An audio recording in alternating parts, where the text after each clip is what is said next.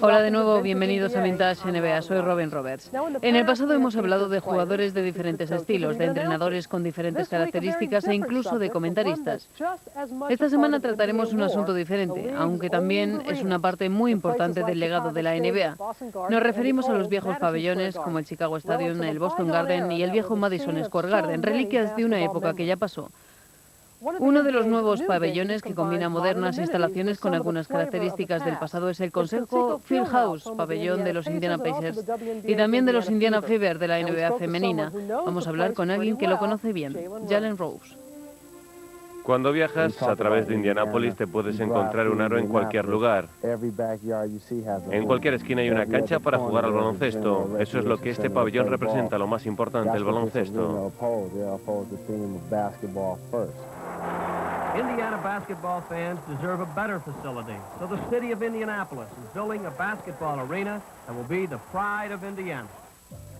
Bienvenidos al Consejo Fieldhouse, soy Jalen Rose y voy a mostrar a estos chicos el edificio. Tienes que tener acceso, creo que me dieron una tarjeta hace un par de años. Por lo tanto, me puedo llevar a estos chicos por donde quieran. No puedes estar allí, está cerrado. Me pregunto por qué no podemos hacer eso. Lo primero que me gustó fue que era un nuevo pabellón, un gran pabellón, con un punto artístico. Todos los aficionados están muy juntos. Cuando miras fuera te das cuenta que estás dentro de la ciudad.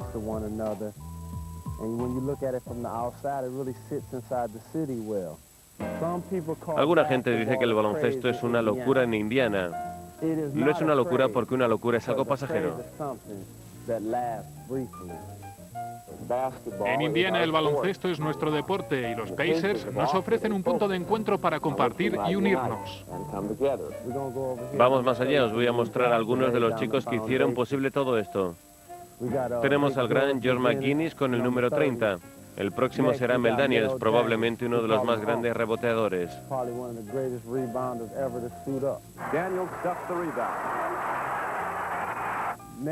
Lo siguiente será ver a Roger Brown. Fue un pequeño alero, habilidoso, tranquilo, podía lanzar desde fuera y acribillar al contrario. Realmente aprecias el trabajo que estos chicos hicieron por nosotros.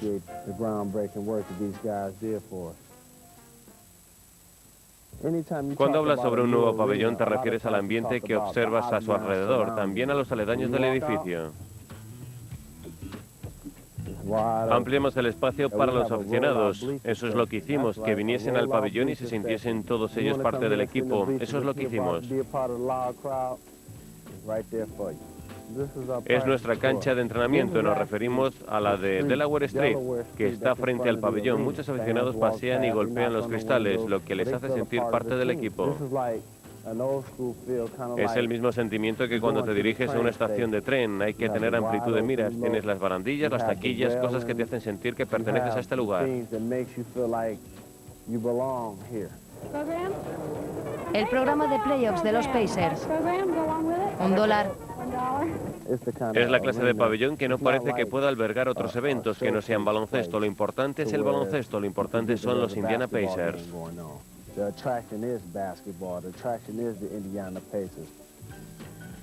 Consejo se inauguró en 1999. Es un gran edificio que conserva ese sabor añejo. Fue diseñado para que mantuviese la rica tradición del baloncesto de Indiana, buscando aspectos que recordasen los viejos pabellones de los 50.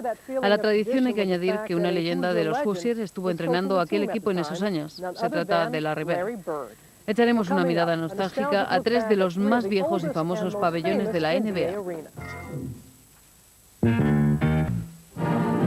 Detroit Cobo Arena. Te enamoras del Cobo por su atmósfera. Era como si presenciases un espectáculo. Detrás del banquillo tenías a un tío llamado León el Barbero, que era muy gracioso. Era parte de la cultura de Detroit. Era maravilloso. Los Vintage Arena como Cobo en Detroit rápidamente forman parte del paisaje de la NBA. Desde 1990 se han abierto 21 de los 28 pabellones de la liga. Esos edificios nuevos son modernos centros de reunión en los que la oferta se diversifica. Se pueden adquirir dulces, comida y poseen marcadores de última generación. Los pabellones antiguos carecían de las diversiones de los actuales, pero estaban llenos de tradición y de anécdotas que se conservan en la mente de mucha gente. Las jugadas de la NBA en los mejores pabellones del país.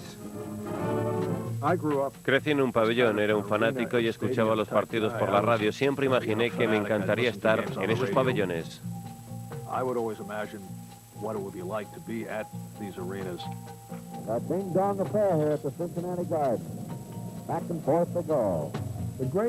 Lo más destacado de la Meca era que los aficionados se encontraban justo encima de ti. Y eso era característico de aquellos años. Eso era. Recuerdo jugando en Siracusa que las luces cambiaban en la primera mitad. Era una luz que se dirigía constantemente sobre el ojo del contrario.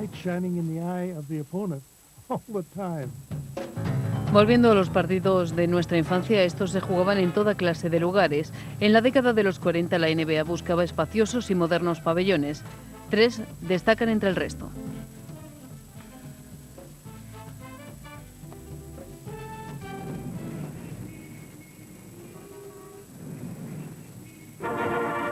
Desde el corazón de la ciudad de Nueva York, desde la capital mundial de los deportes, desde el Madison Square Garden, Marty Glicksman y Stan Lomax.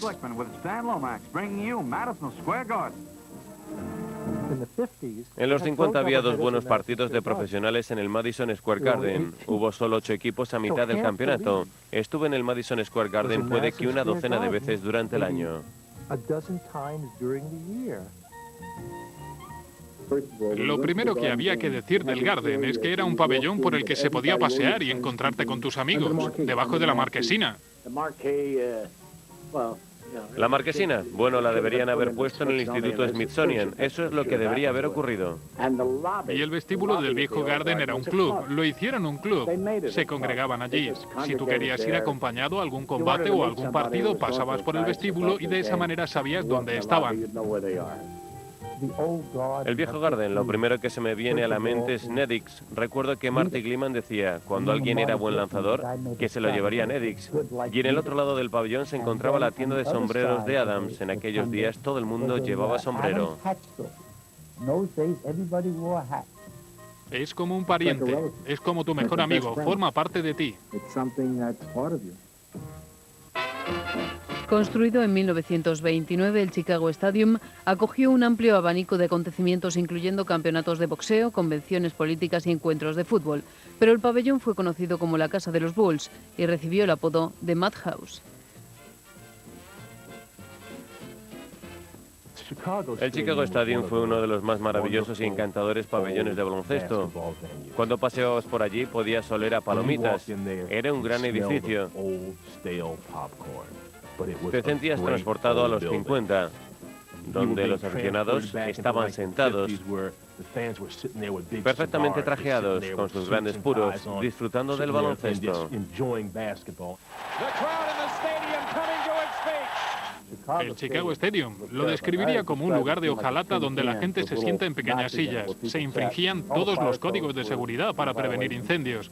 El lugar era viejo y Michael Jordan lo amaba porque el ambiente era increíble. Nada que yo conozca se parece a una presentación de jugadores, sobre todo cuando se oye el nombre de Michael Jordan, procedente de Carolina del Norte con el número 23. Ese edificio fue mi casa durante años y me ayudó a desarrollar mi baloncesto. Cuando me arrodillé para besar el suelo fue como darle un beso de despedida a mi novia. Pero ningún pabellón tiene el carácter mítico de aquel que fue construido a la altura de la vieja estación del ferrocarril en la ciudad de Boston. Inaugurado en 1928, se convirtió en el hogar de los Celtics, el Boston Garden. Era considerado como un animal mitológico que estaba sentado en el aro tirando el balón lejos.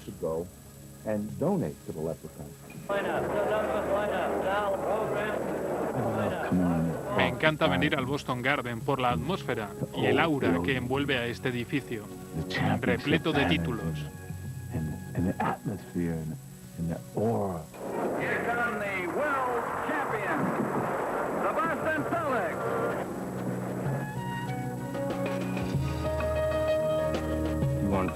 Si quieres aprender cómo se consiguen títulos, este es el escenario donde tienes que ir a estudiar. Es como ir a Harvard. Celtics fans have journeyed to this hoop cathedral for years to witness miracles. Back over to Worthy, and it's picked off. Goes to Henderson, he lays it off and There's no way you can win. Es imposible ganar aquí. El público tiene sangre verde, sombreros verdes, su piel es blanca y verde. Lo que hace único al Boston Garden es que cuando lo ves por la televisión te das cuenta que es el lugar más bonito que hayas visto jamás. Cuando lo pisas, esa sensación se incrementa. El vestuario del Boston Garden era abominable. Sales del vestuario, que es un infierno, juegas la primera mitad y cuando vuelves están abiertas las ventanas. Han bajado la calefacción. Los contrarios solían entrar y quejarse de que hacía frío y humedad. La ducha funcionaba, teníamos el mismo vestuario al otro lado del edificio. Simboliza el triunfo, simboliza la camaradería, simboliza la unidad. En la actualidad, muchos de los viejos pabellones ya desaparecidos se han convertido en un capítulo de la historia. Cada año siempre hay alguien que sigue añorando estos viejos y singulares edificios. Hay una parte de mí que añora el rancio sabor de los viejos pabellones. Me gusta jugar a los viejos pabellones porque pienso que tienen una vida propia y un misterio que te impregna cuando vas y juegas allí.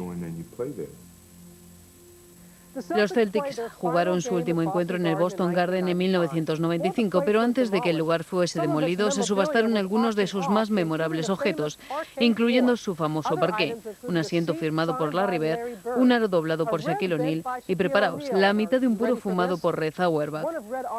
Los 16 estandartes que representan los títulos conseguidos se han trasladado al Fleet Center, que tiene un nuevo parqué. Lo siguiente será ver otros viejos pabellones, incluyendo el lugar donde Elvis dejó el edificio por Dios.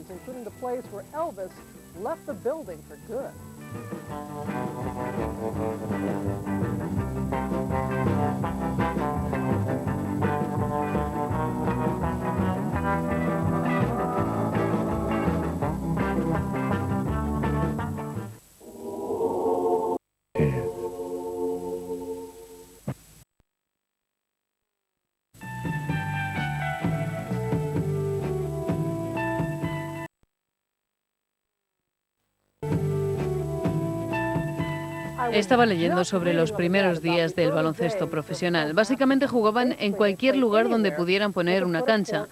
Los encuentros se disputaban en locales del ejército y pequeños gimnasios, salones de baile, teatros.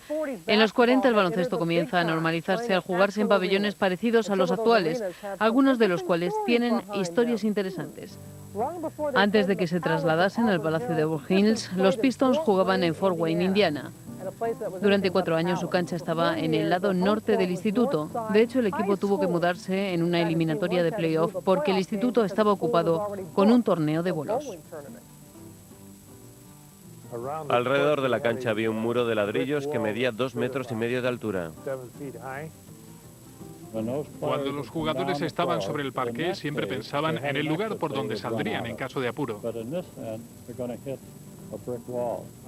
Me sentía como un viejo gladiador en los antiguos días de los romanos. Es verdad que el pabellón de Cleveland no era exactamente un modelo de lujo, pero fue el pabellón original de los Cavaliers desde 1970 a 1974. Más deprimente que el estado del pabellón fue el juego de los Cavs, que perdieron los primeros 15 encuentros de la historia de la franquicia. Lo único bueno fue que no hubo mucha gente presenciándolo. Cuando los Lakers se trasladan de Minneapolis a Los Ángeles, jugaron en el Sports Arena de Los Ángeles, donde había muchas celebridades mezcladas entre otras celebridades. Vemos a la estrella de televisión David Johnson y a su mujer, la glamurosa Doris Day. Doris Day fue una gran fan. Hasta 1999 el pabellón de los Pacers era el Market Square Arena, en Indianápolis. Estaba justo en el centro de la ciudad. Market Street se encuentra debajo del pabellón, a unos 7 metros del edificio.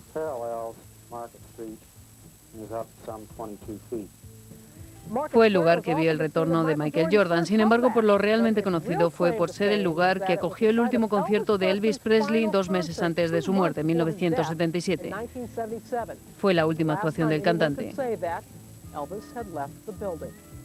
Cuando los Jazz estuvieron en Nueva Orleans, jugaron algunos partidos en Loyola Fieldhouse, que fue notable por un par de razones. Habían separado la cancha de los aficionados con una especie de malla, a lo que había que sumar que los aficionados estaban prácticamente a ras de suelo. Los Jazz no siempre habían colocado esas mallas alrededor de la cancha.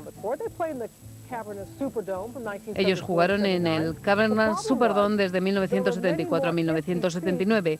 El problema era que en las gradas había muchos asientos vacíos y esa fue la razón por la que el equipo se trasladó a Utah. Cuando la franquicia de los Rockets se trasladó a Houston a comienzos de los 70, el equipo jugó algunos de sus encuentros en el espacioso Astrodome. También jugaron en el confortable Astro Hall, menos glamuroso que su primo. Vamos a contar ahora los comienzos de los Pistons. Jugaron un tiempo en el Pontiac Silverdome, donde se celebró el All-Star de 1979. También atrajo a muchísimos aficionados. Uno de los encuentros con más aforo que se recuerdan de la historia de la NBA se celebró allí. Más de 61.000 personas en 1988 para ver un partido entre Detroit y Boston. La mayor asistencia de aficionados a un partido fue en 1988, más de 62.000 para ver a los Hawks contra los Bulls de Jordan. 30 años antes, los aficionados de los Knicks abarrotaron el pabellón para el debut de una joven estrella, Bill Bradley.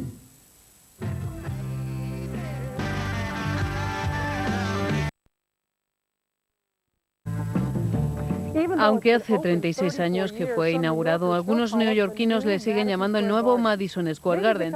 Puede ser porque ellos se sienten muy cercanos al viejo Garden que se inauguró en 1924. Albergó algunos de los mejores acontecimientos, incluyendo la fiesta de cumpleaños de JFK en 1962, sin mencionar el boxeo, el circo y, por supuesto, los Knicks. La última temporada en aquel pabellón fue la del 67-68 y uno de los momentos estelares fue el primer partido